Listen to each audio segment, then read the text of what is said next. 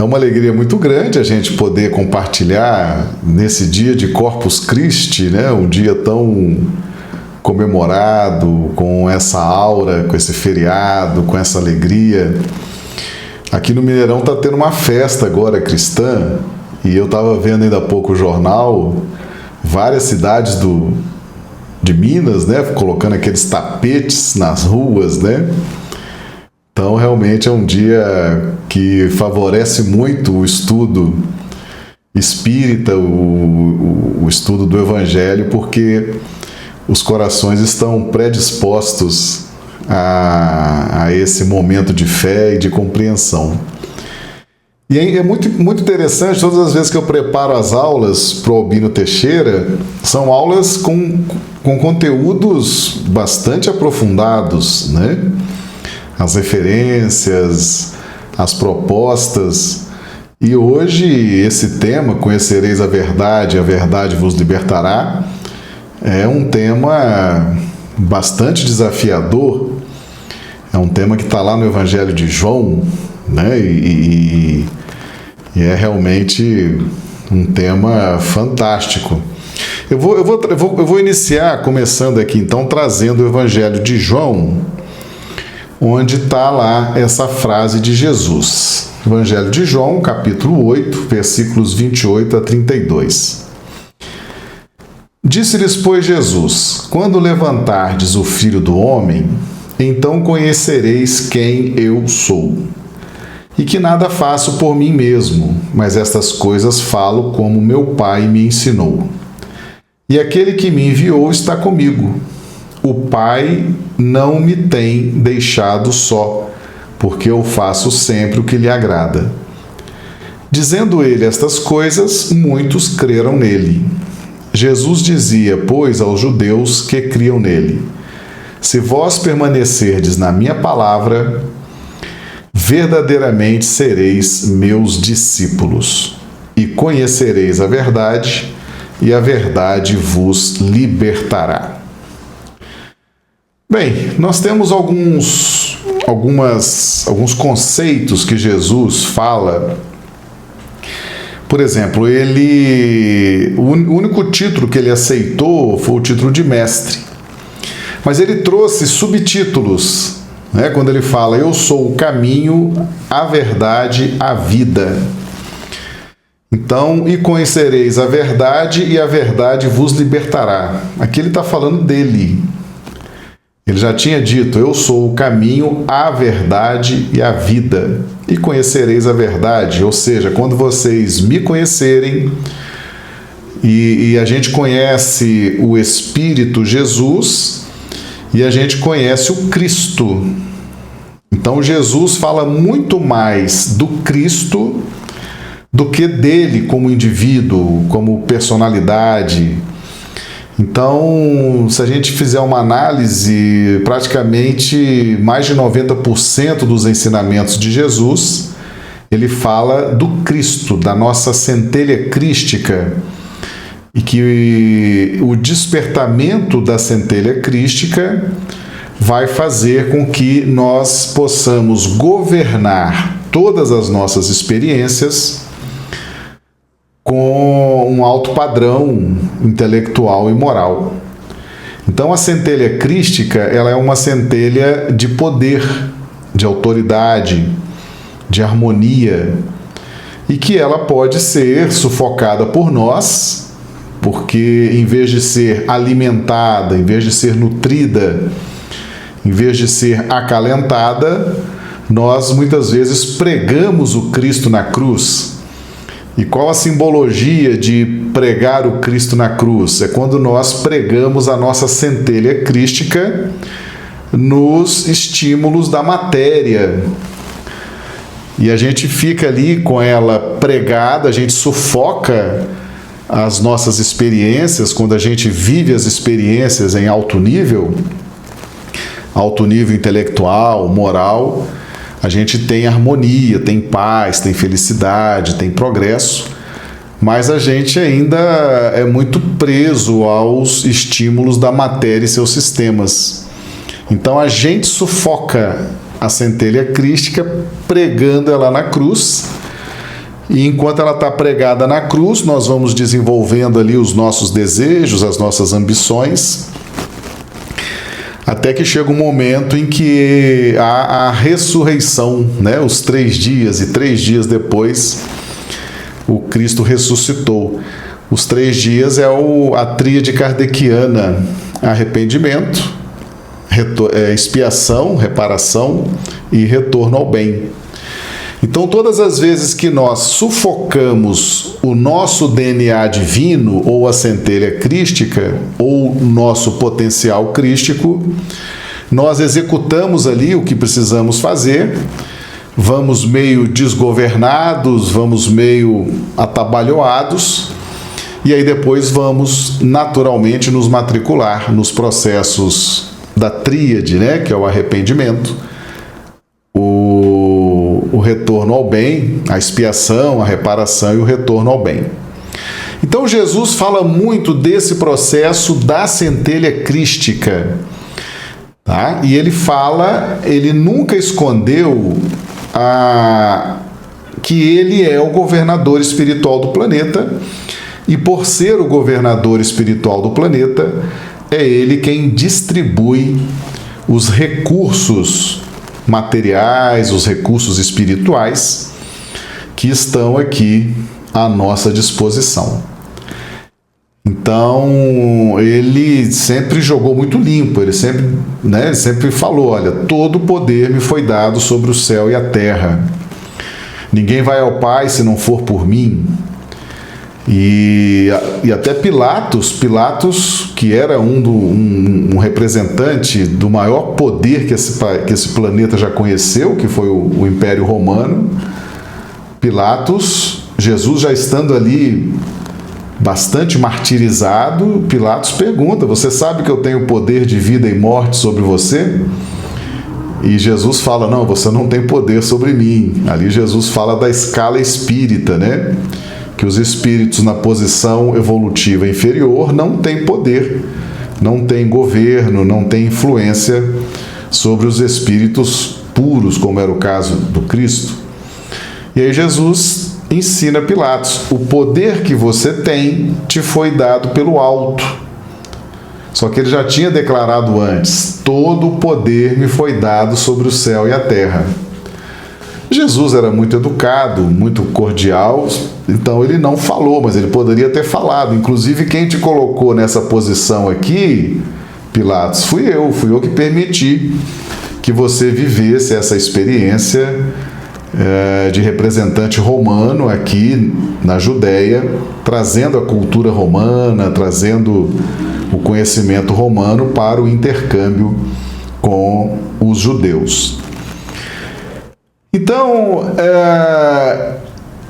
esse poder de Jesus, essa autoridade de Jesus, essa distribuição de recursos espirituais e materiais, e a doutrina traz isso para nós, né?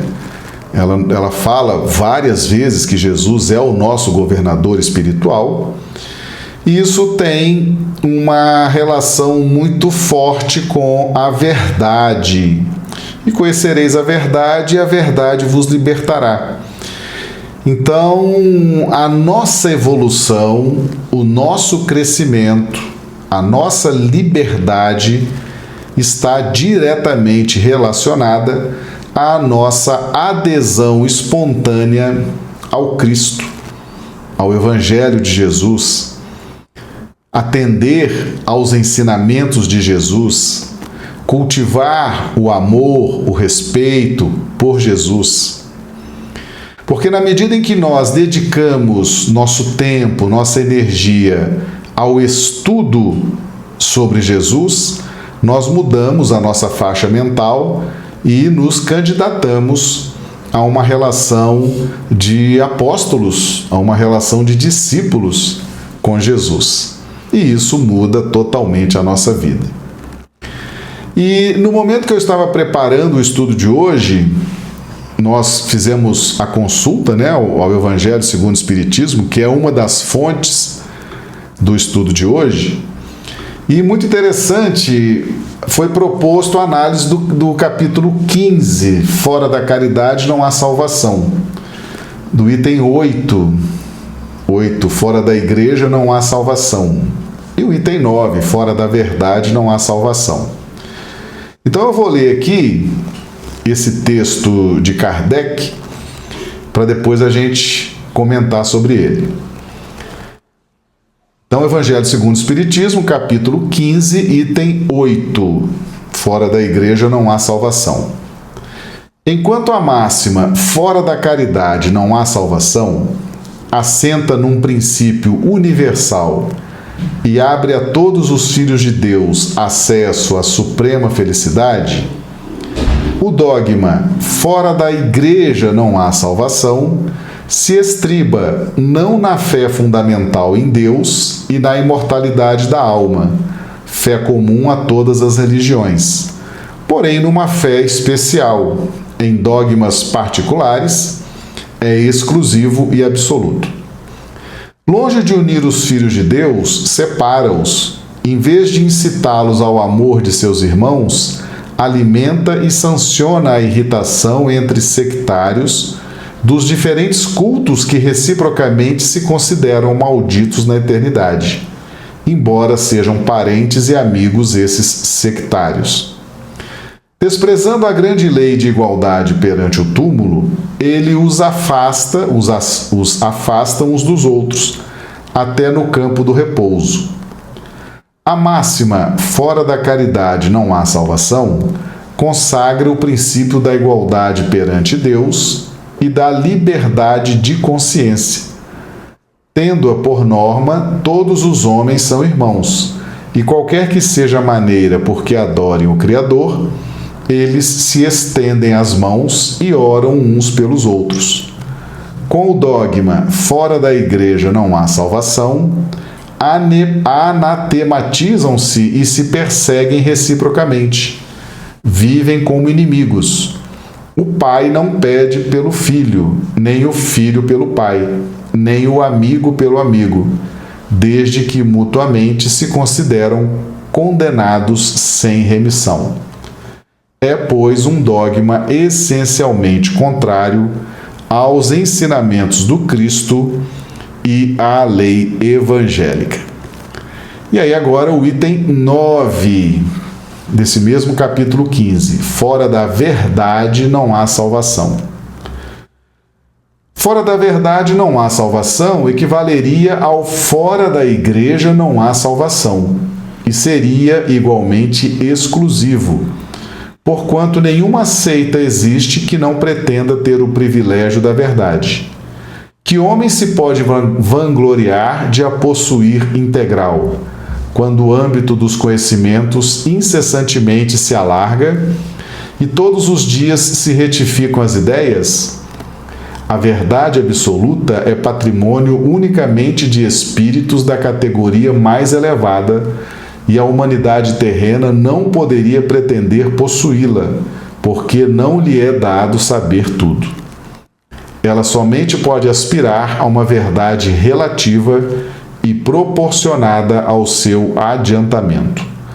Se Deus houvera feito da posse da verdade absoluta condição expressa da felicidade futura, teria proferido uma sentença de proscrição geral, ao passo que a caridade, mesmo na sua mais ampla acepção, podem todos praticá-la.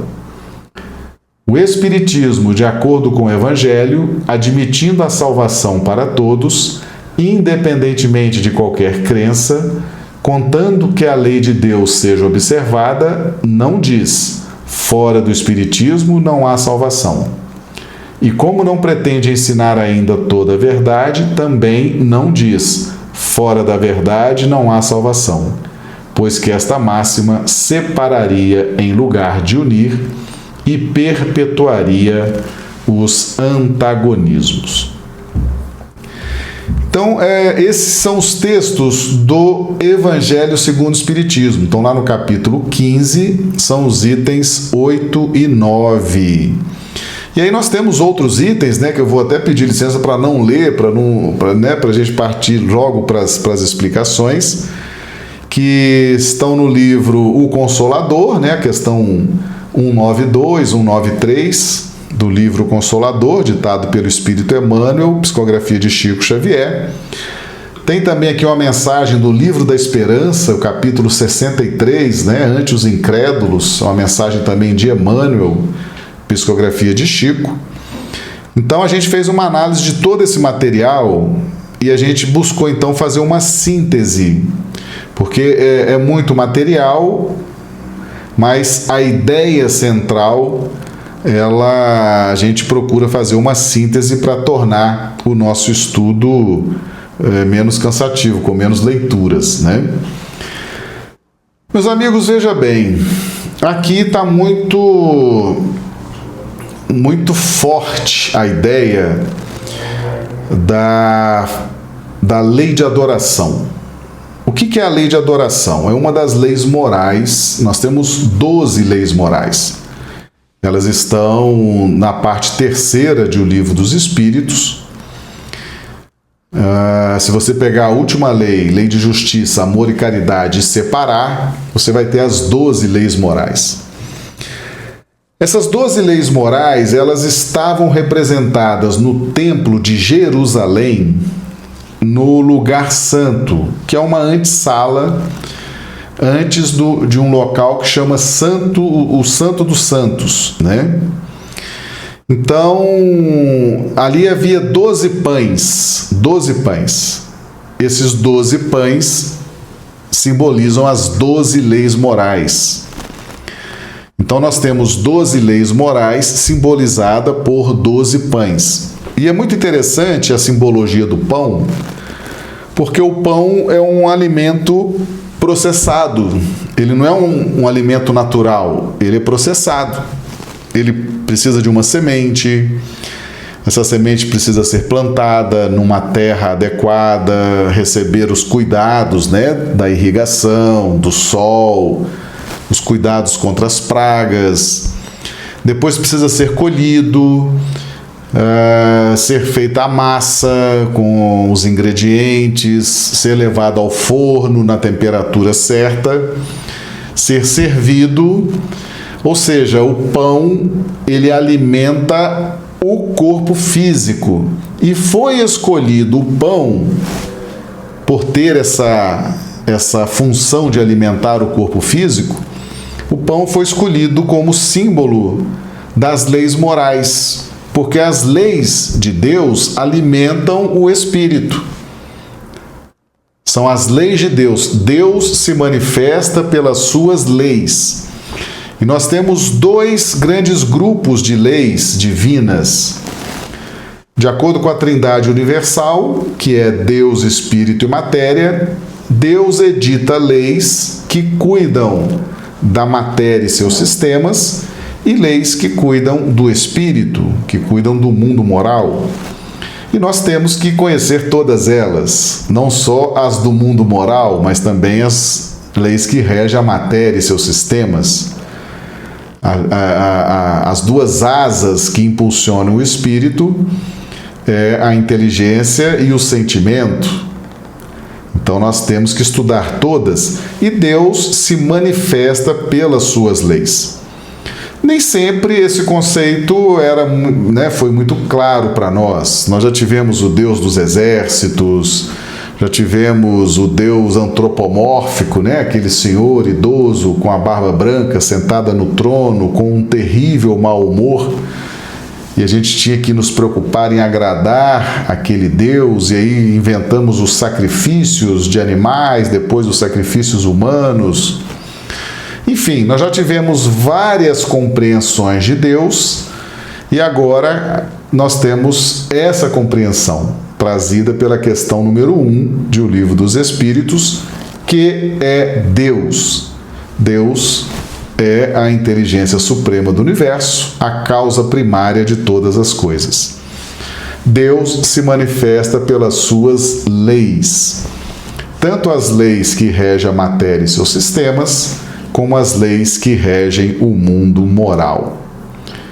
Então veja bem, nós temos aqui uma questão que é a questão do Templo de Jerusalém.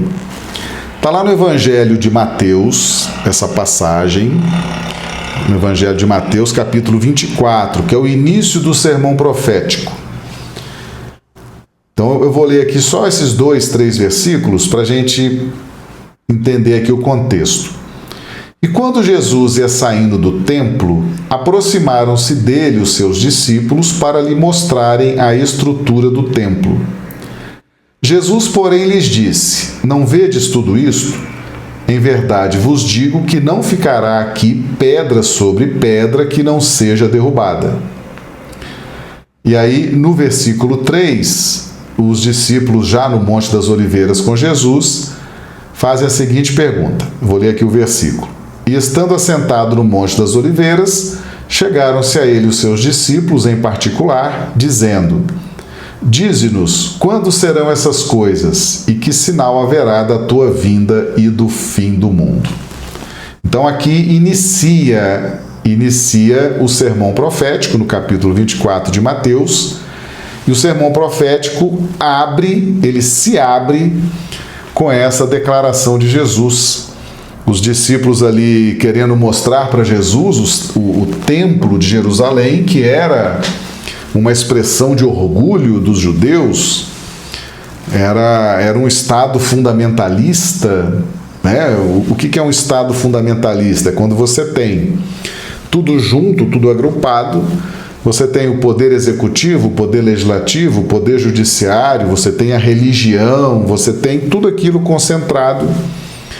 Então, Israel era um Estado fundamentalista e o templo, principalmente o templo de Jerusalém, era a grande referência, é onde você tinha ali os sacrifícios dos animais para a remissão dos pecados, é onde você tinha o comércio, e as atividades no templo de Jerusalém envolviam muita pompa, né? Aqueles rabinos com aquelas roupas, com aquelas cerimônias, com aqueles incensos, com aqueles rituais. E ali você tinha um cultivo das tradições do Velho Testamento, né? Moisés e os profetas. Enfim, e era o ponto de maior orgulho, de maior satisfação dos judeus, o Templo de Jerusalém. Tá? E eles então queriam mostrar para Jesus, como crianças querendo mostrar um brinquedo. Olha aqui, Jesus, a maravilha desse templo, como ele é imponente, como ele é interessante, como esse templo nos alegra, nos inspira. E Jesus, então, na sua autoridade de governador espiritual do planeta, diz a eles: Não vedes tudo isto? Em verdade vos digo que não ficará aqui pedra sobre pedra que não seja derrubada.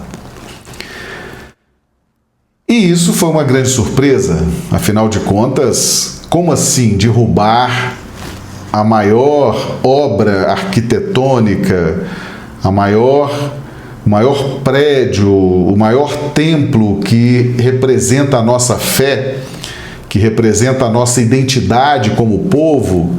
Como assim vai ser derrubado? Como assim vai acabar tudo isso, né?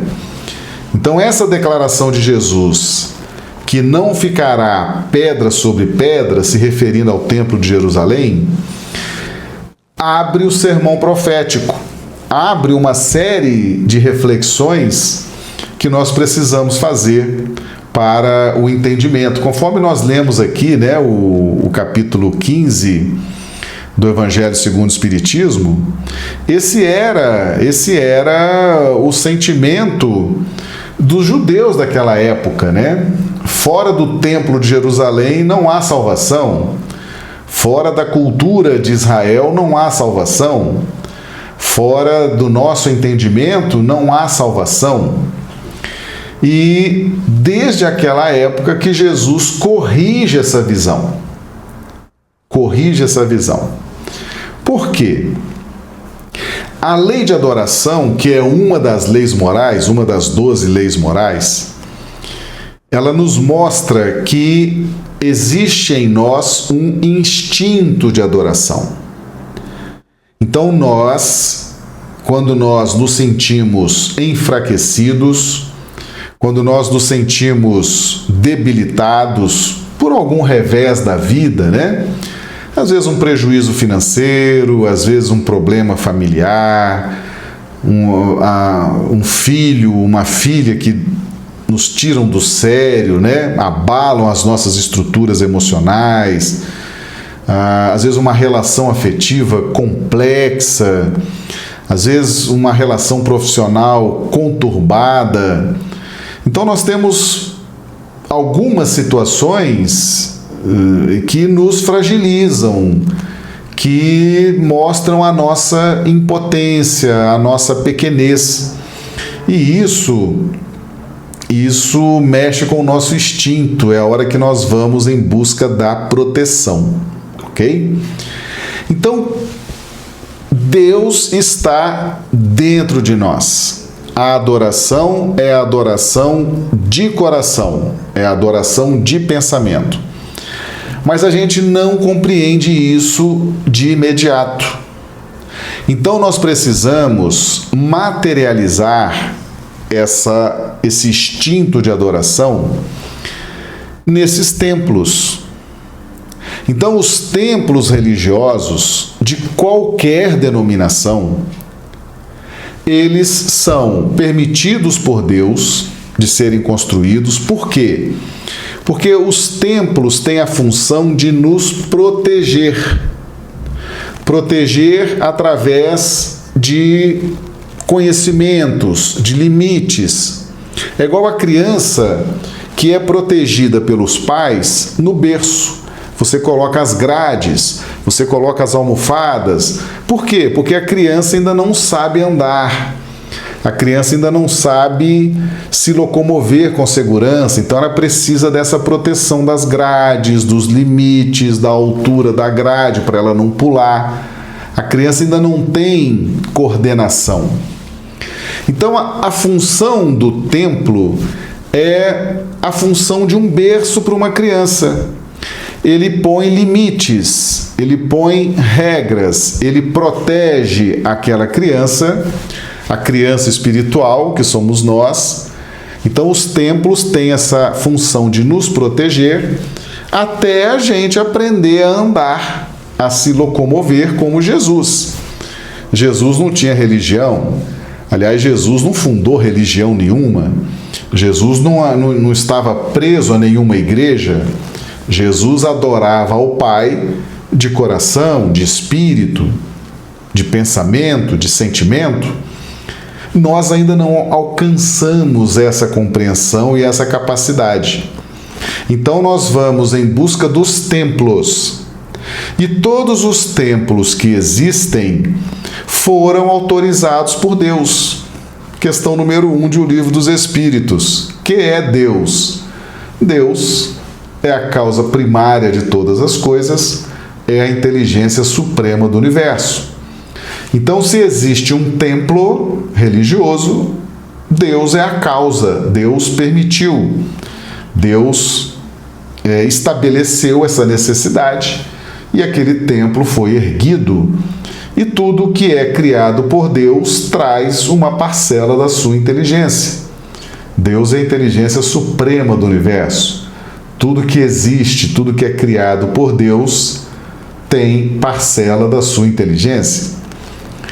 Então, os templos religiosos, eles são a materialização, eles são os locais onde nós vamos em busca de proteção. A proteção do conhecimento, a proteção do pertencimento, do acolhimento.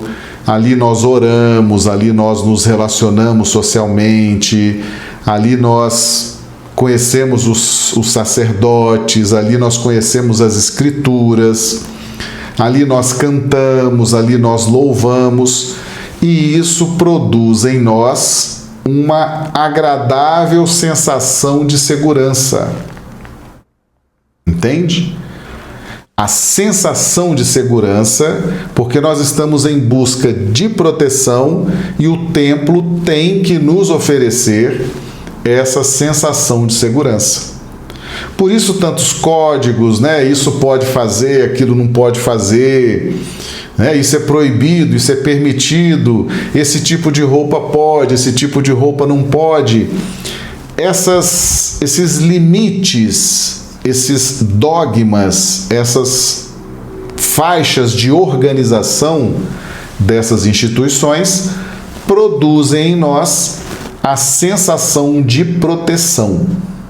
Tá certo? A gente precisa se sentir protegido naquela instituição, através das leis, dos decretos, dos estatutos, dos conhecimentos, dos rituais. Tudo aquilo tem por objetivo trazer em nós, estimular em nós essa sensação de segurança, essa sensação de proteção.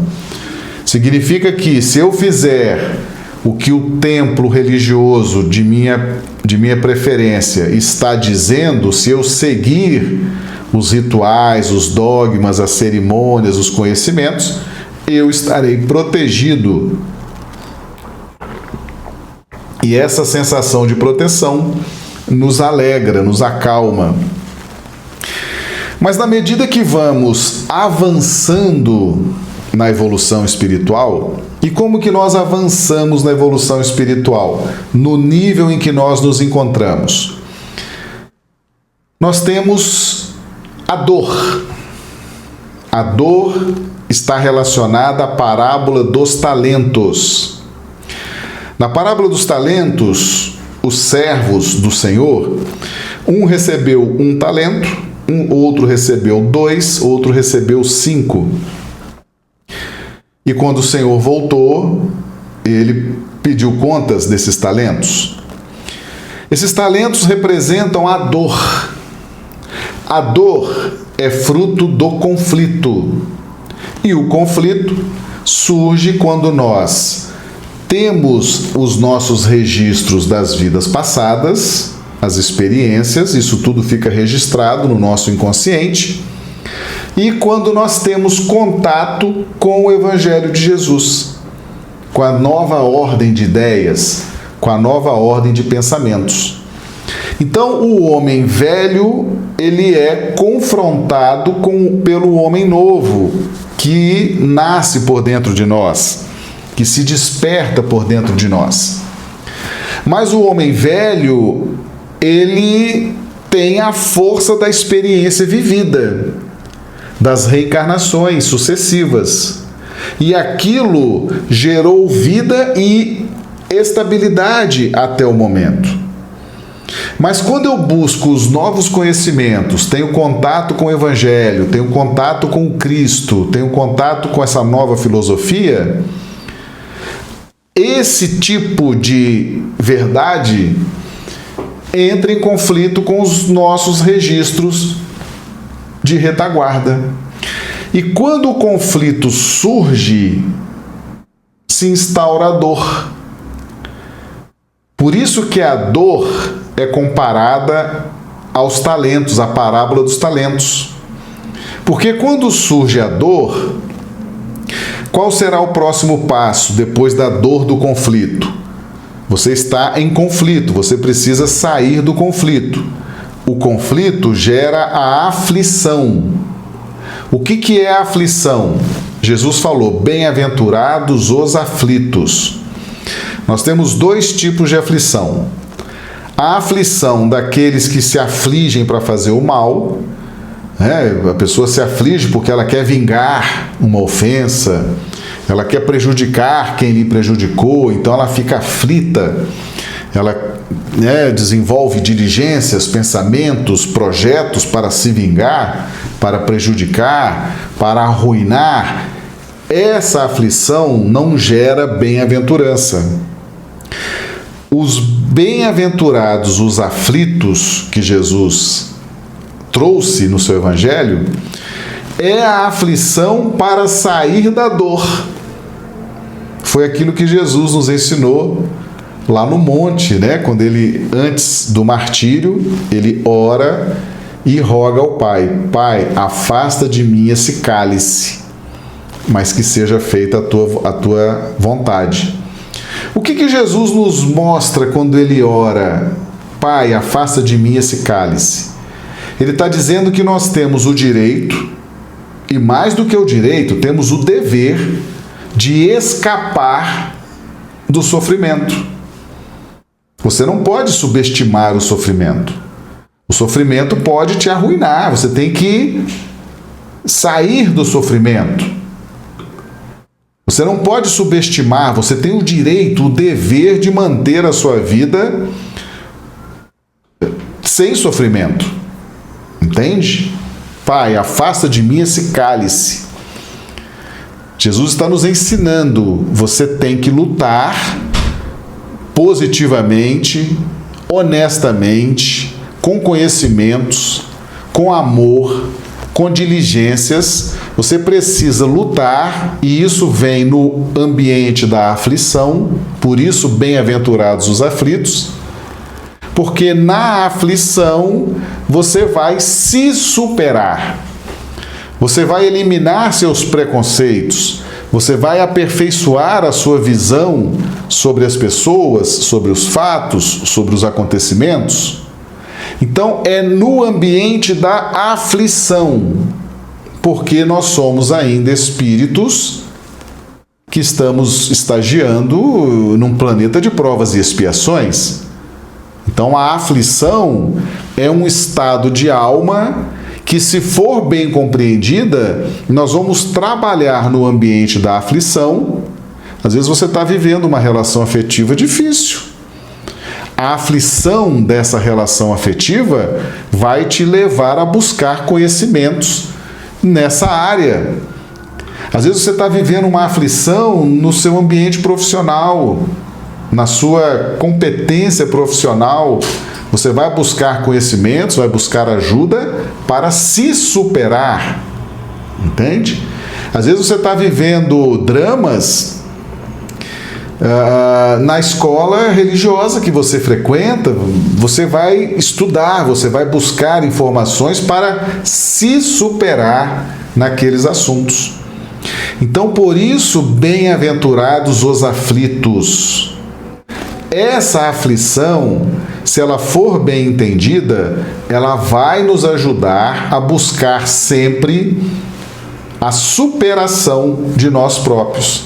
E aí você encaixa o conceito áureo da doutrina espírita, né?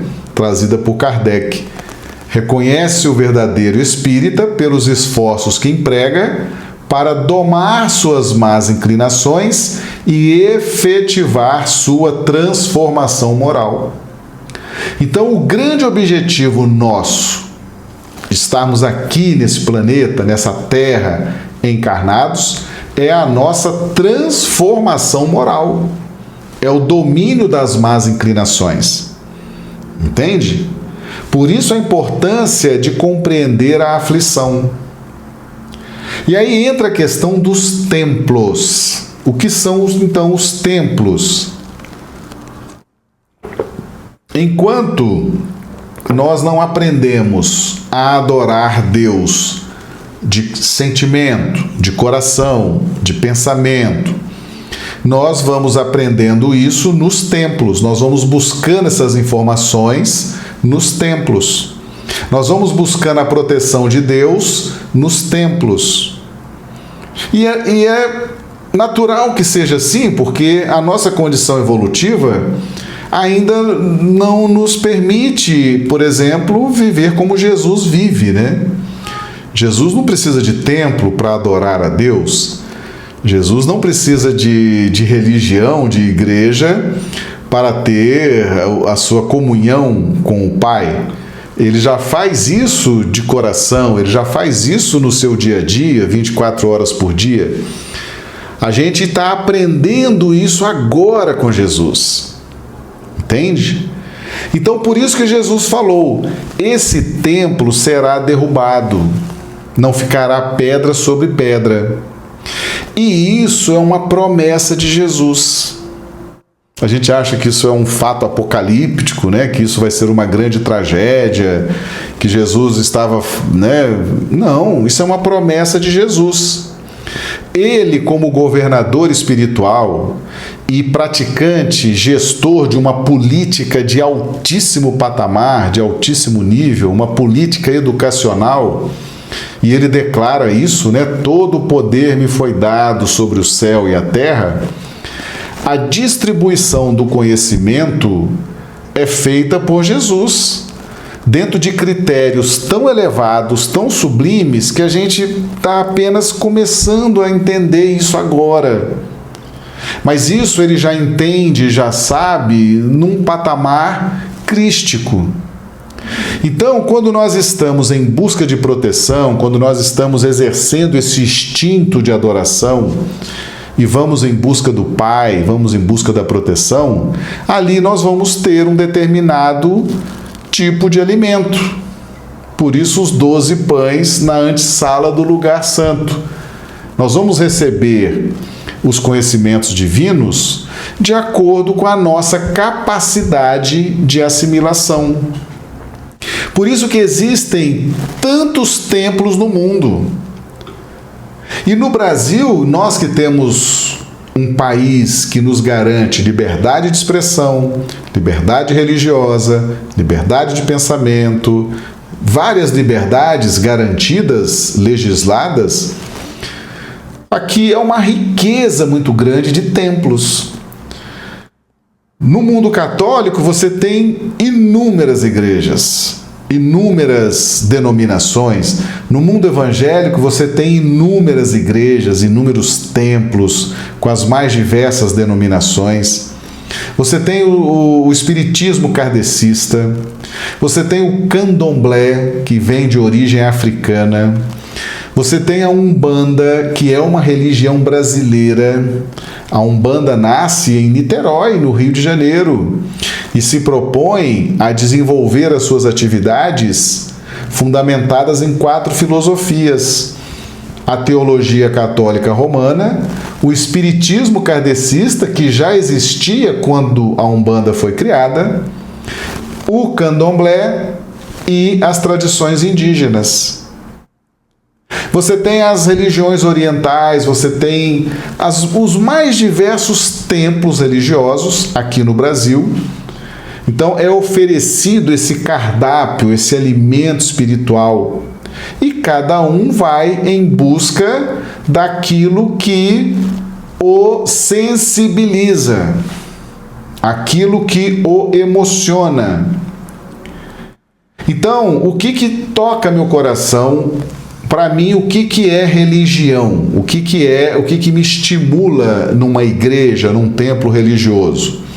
É a pregação do sacerdote? É o louvor? É a música? São os rituais? São as cerimônias? É o balé gospel? São os giros do candomblé, da Umbanda?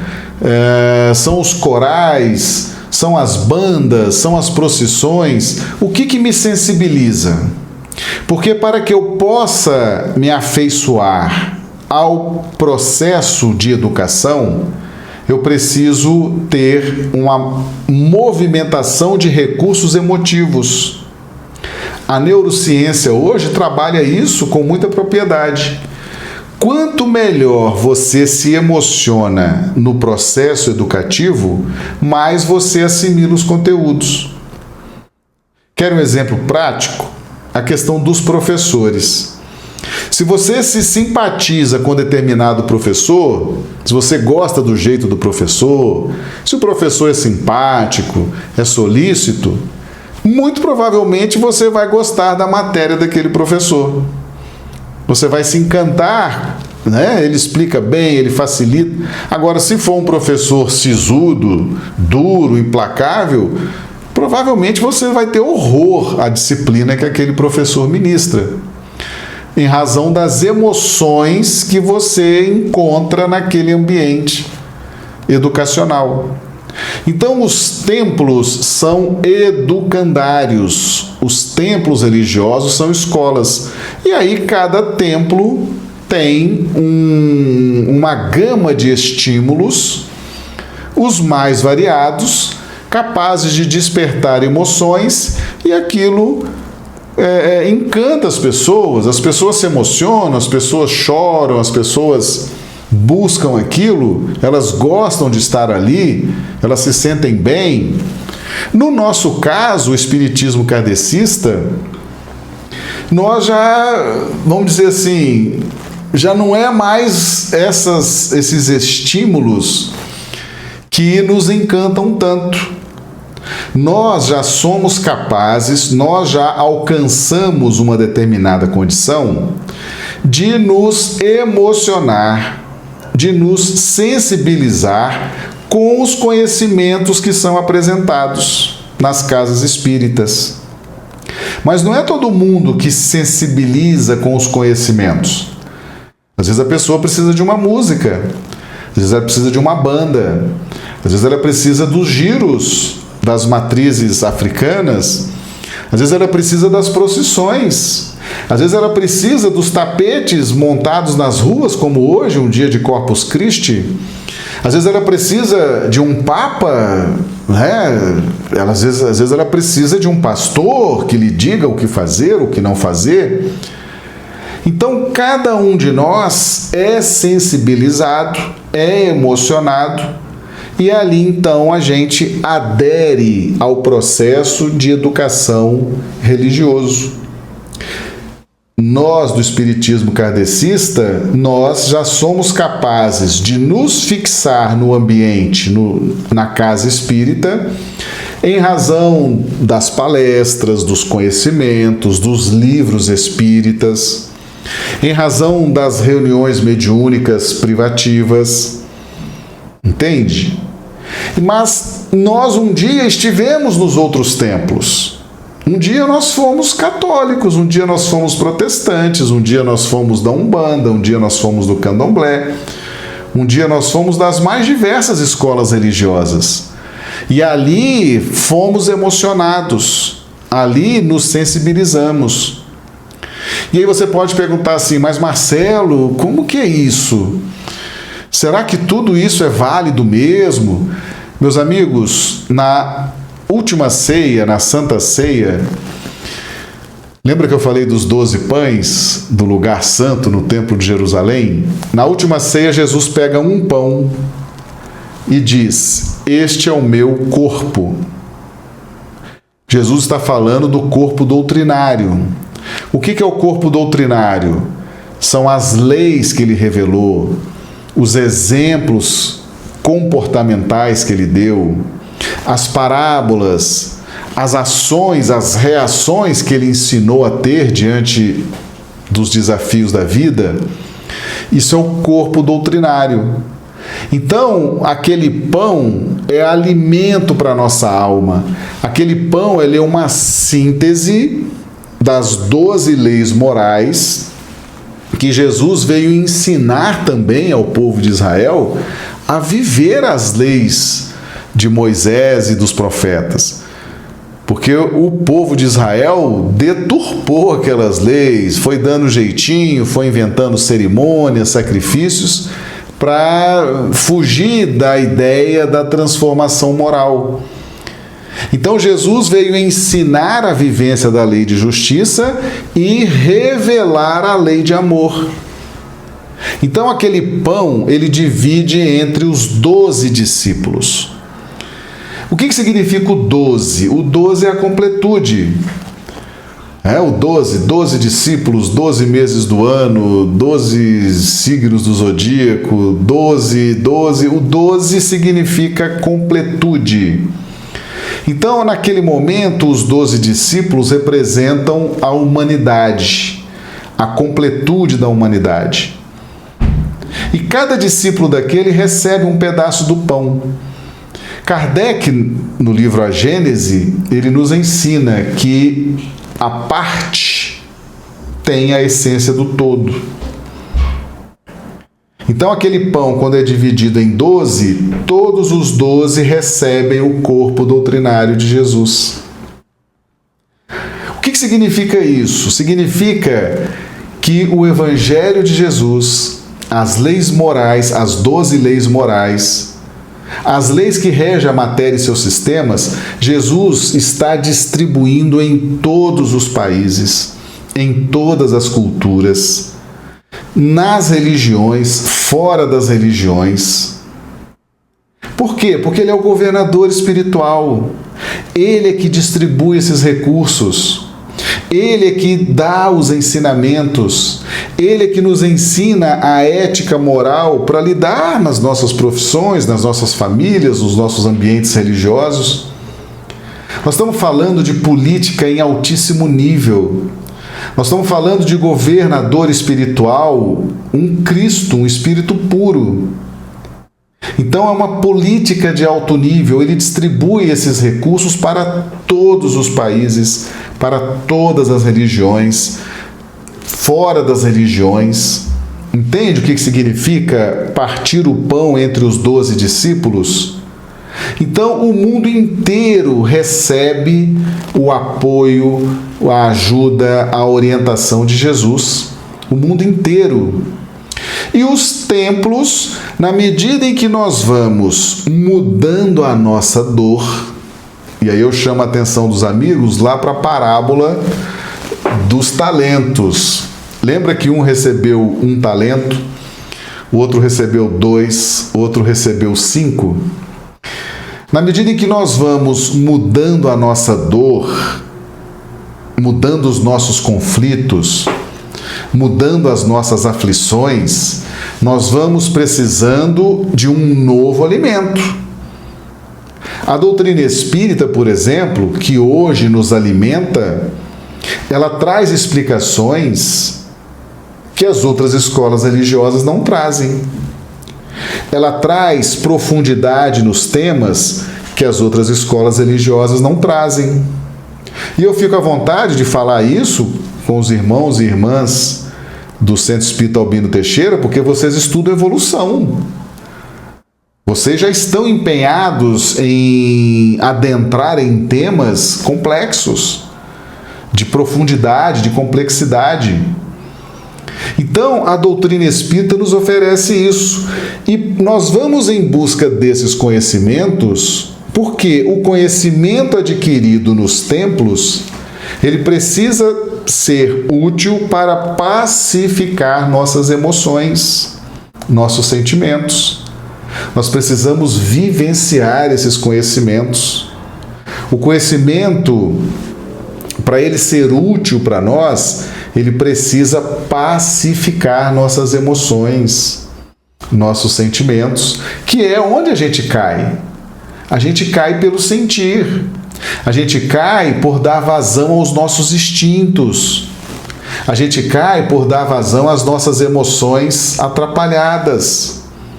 Então, essa faixa do sentimento que pulsa por dentro de nós, ela precisa receber o controle do conhecimento. E a doutrina espírita nos oferece um nível profundo de estudos, de conhecimento, que pacificam a nossa alma. Mas um dia, esse tipo de assunto não serviria para nós. Por quê? Porque a nossa dor, por exemplo, estava no nível 1. Lembra dos talentos? 1 talento, 2 talentos, 5 talentos. Nós espíritas, nós estamos no nível 5 de dor. Por isso que a gente precisa do espiritismo. Por isso que a gente precisa dos conhecimentos que são trazidos por Jesus nas casas espíritas.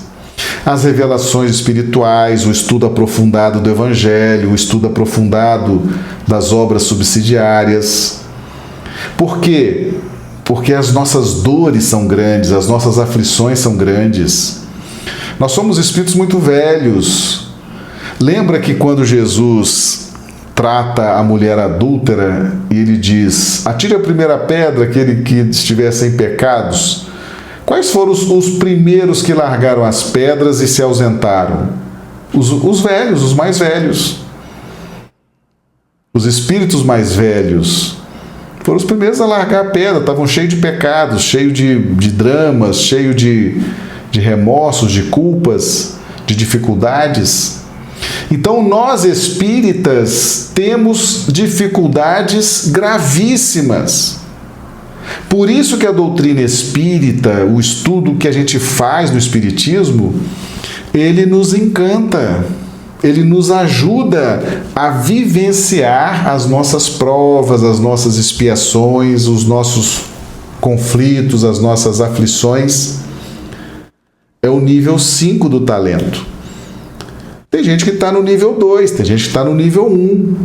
Então depende da sua dor, depende da sua necessidade.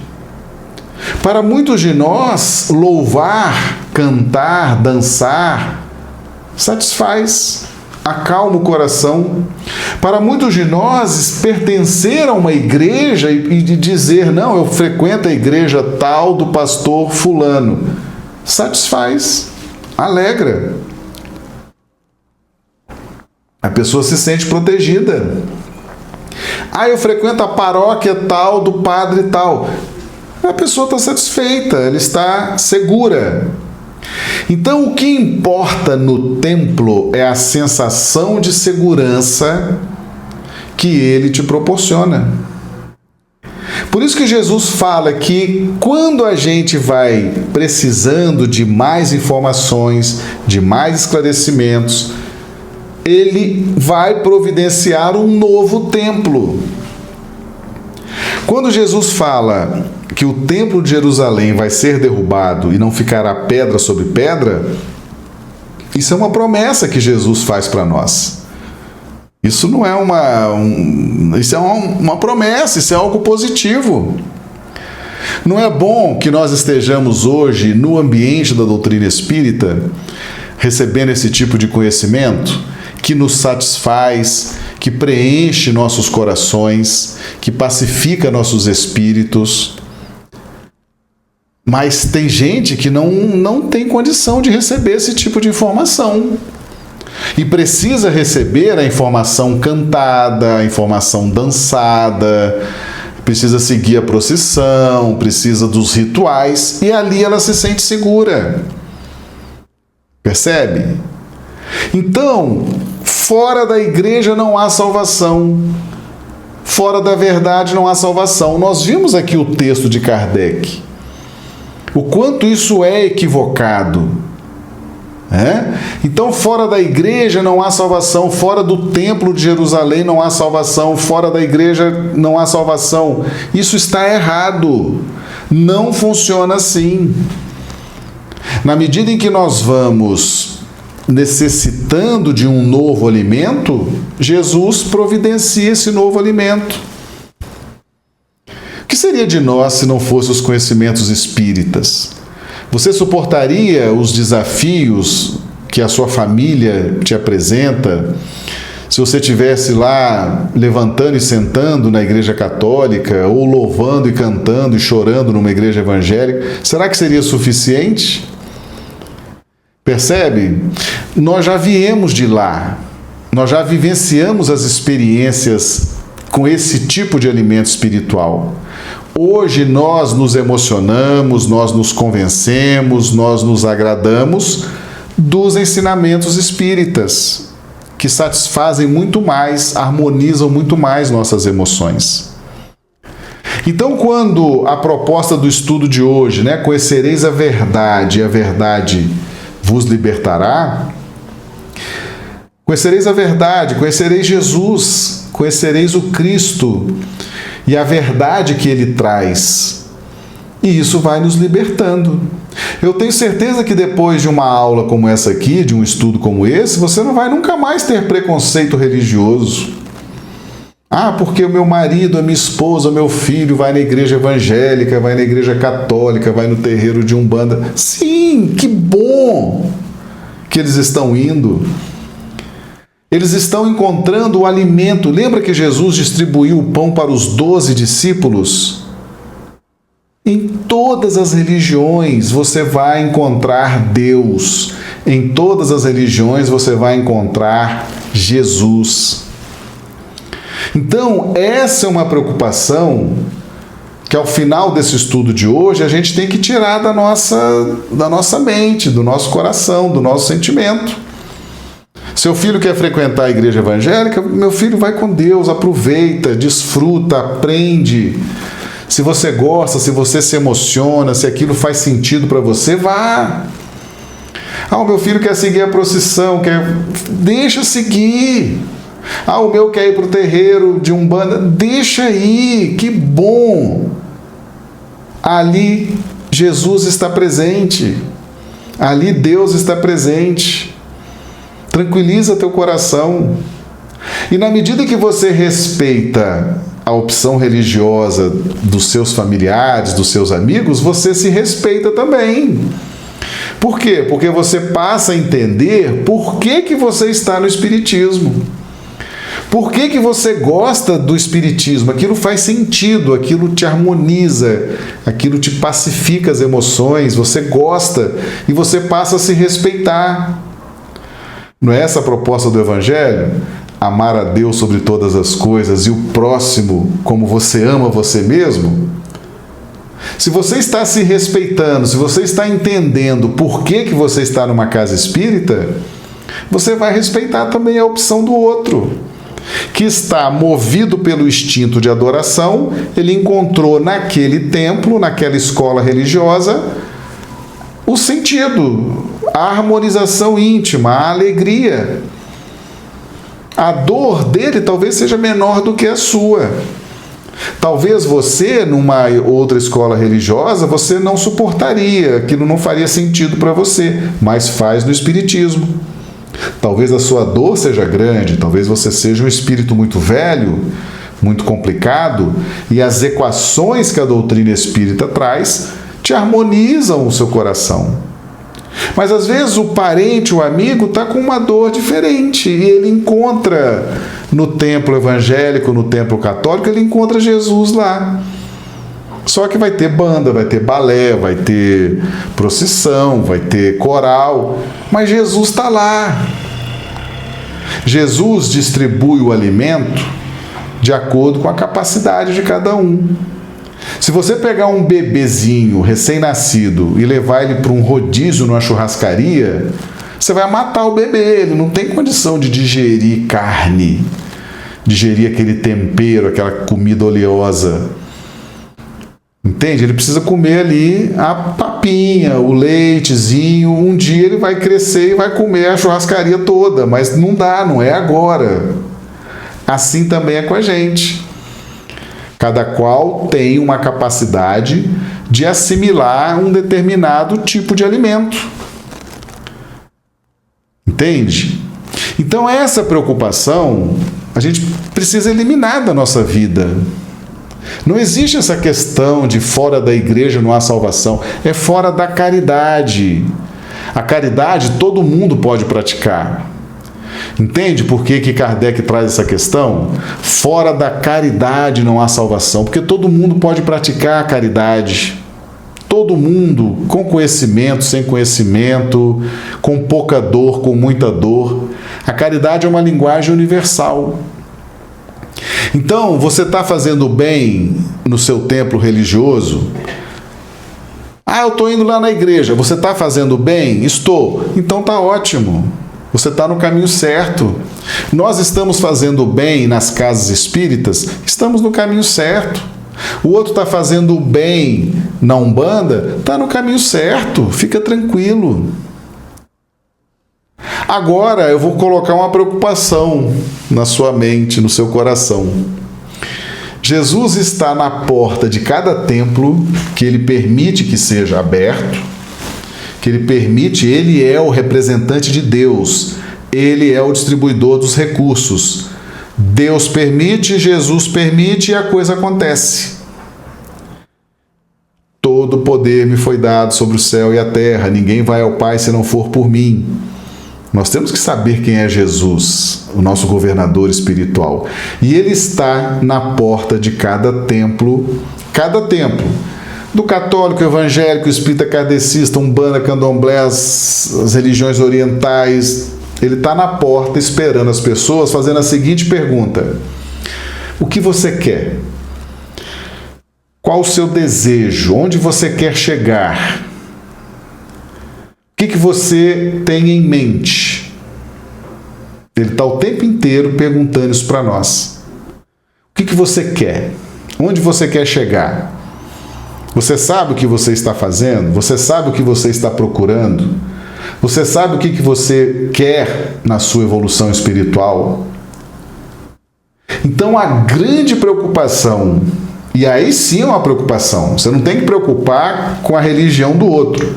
Você tem que perguntar, você precisa se preocupar com o que você está fazendo na escola religiosa que você escolheu. Por que eu estou no centro espírita? Qual o meu objetivo? O que eu desejo? Onde eu quero chegar? São essas perguntas que você tem que resolver na sua intimidade. Não é preocupar com a religião do outro, porque Jesus está lá na porta do templo do outro fazendo a mesma pergunta que ele está fazendo na casa espírita kardecista. O que você deseja? Você tem um desejo ardente? Você tem um sentimento de perseverança? Você já entendeu a imortalidade da alma? Você sabe onde você quer chegar? Você já sabe o que você precisa fazer para alcançar o seu objetivo espiritual? Então essa pergunta Jesus está fazendo. Jesus não está querendo saber qual é a sua religião. Ele já sabe. E ele já te direcionou para aquela escola religiosa que você é capaz de assimilar e de aprender. Agora ele está lá na porta perguntando: o que você quer? Onde você quer chegar? Quando Emmanuel escreve as mensagens dele, ele usa sempre a palavra discípulo sincero, aprendiz sincero. Você está sendo sincero com você? Você está sabendo o que você está querendo na casa espírita? Você está sabendo onde você vai chegar? O que você precisa fazer? As transformações que você precisa fazer na sua intimidade espiritual? Você está sabendo? Você está atento a isso? É isso que Jesus está te perguntando. E aí eu achei muito interessante que a mensagem de abertura de hoje, né? Ela disse o seguinte: vamos aprender a tolerar, suportar aqueles que estão no início da caminhada. Eu falei assim, gente, como é que são as coisas, né? A mensagem de abertura. Presta atenção. Às vezes você é o único espírita da sua casa. E você está entusiasmado, você está feliz, você está radiante. E você olha para os seus filhos, né? Como diz o outro, casa de ferreiro, espeto de pau. Os filhos não querem saber de religião, não querem saber de igreja, não querem saber de nada que seja espiritual. A mensagem de hoje, de abertura da nossa reunião, que foi lida pela nossa companheira: tolerância com os ignorantes, com aqueles que estão perdidos, com aqueles que estão sem rumo, paciência, tolerância, caridade. Entende? Não é para você brigar com seu filho, brigar com sua esposa, brigar com seu marido, brigar com seu pai. Se eles pensam diferentes, poxa, bacana. Ah, eles não querem nem saber de religião. Tá, tudo bem. Paciência, ore por eles, né? Faça suas orações, ore, tenha paciência, tolere. Entende? Não basta você definir o seu sentimento e harmonizar o seu sentimento na linha do progresso. Porque como você vive em família, como você vive no ambiente profissional, como você vive em ambientes sociais, você tem que aprender a tolerar, a suportar, a ter paciência com aqueles que não dão o menor valor a esse tipo de assuntos espiritualistas, assuntos de fé. Paciência. Foi a mensagem de abertura de hoje do nosso encontro, né? E a gente começa a perceber como que tudo é organizado pela espiritualidade superior para que possa haver uma coerência, possa haver uma lógica no estudo dessa noite, né? Então, meus amigos, conhecereis a verdade e a verdade vos libertará. Conhecereis Jesus. conhecereis o Cristo. O único título que ele aceitou foi de mestre, mas ele aceitou alguns subtítulos do tipo o caminho, a verdade, a vida. Conhecereis a verdade, conhecereis o Cristo, conhecereis Jesus, e ele vai te libertar. Ame, se aproxime, não tenha medo, não tenha vergonha, pense nele, converse com ele, e ele vai te ajudar. Ele vai te libertar numa proporção que a gente não consegue imaginar o que é liberdade. A liberdade que Jesus tem para nos oferecer, a gente ainda não consegue medir essa liberdade com toda a amplitude, com toda a magnitude que ela significa. E o nosso tempo está chegando ao fim, né? Eu quero mais uma vez agradecer a todos de coração. Eu me sinto muito honrado quando sou convidado pelo Albino Teixeira para esses estudos. Espero que vocês tenham gostado, né? A gente preparou, a gente tem o hábito eu faço lives todos os dias, né? De segunda a quinta-feira, 8 horas da manhã, horário de Brasília, eu faço lives pela Rede Amigo Espírita. Então já fica aí o convite também. Tem o meu canal no YouTube, né? Espiritismo em Foco por Marcelo Badaró. Tem o meu canal no Instagram, no Facebook, no TikTok. Então já fica o convite. Quem quiser seguir a nossa linha de estudos, por exemplo, eu já estou com quase mais de 1000 vídeos gravados no YouTube, né? Então fica o convite também, pessoal, se quiser nos acompanhar, nos ajudar, né, nos dar esse incentivo também, fica aí o convite para o pessoal participar.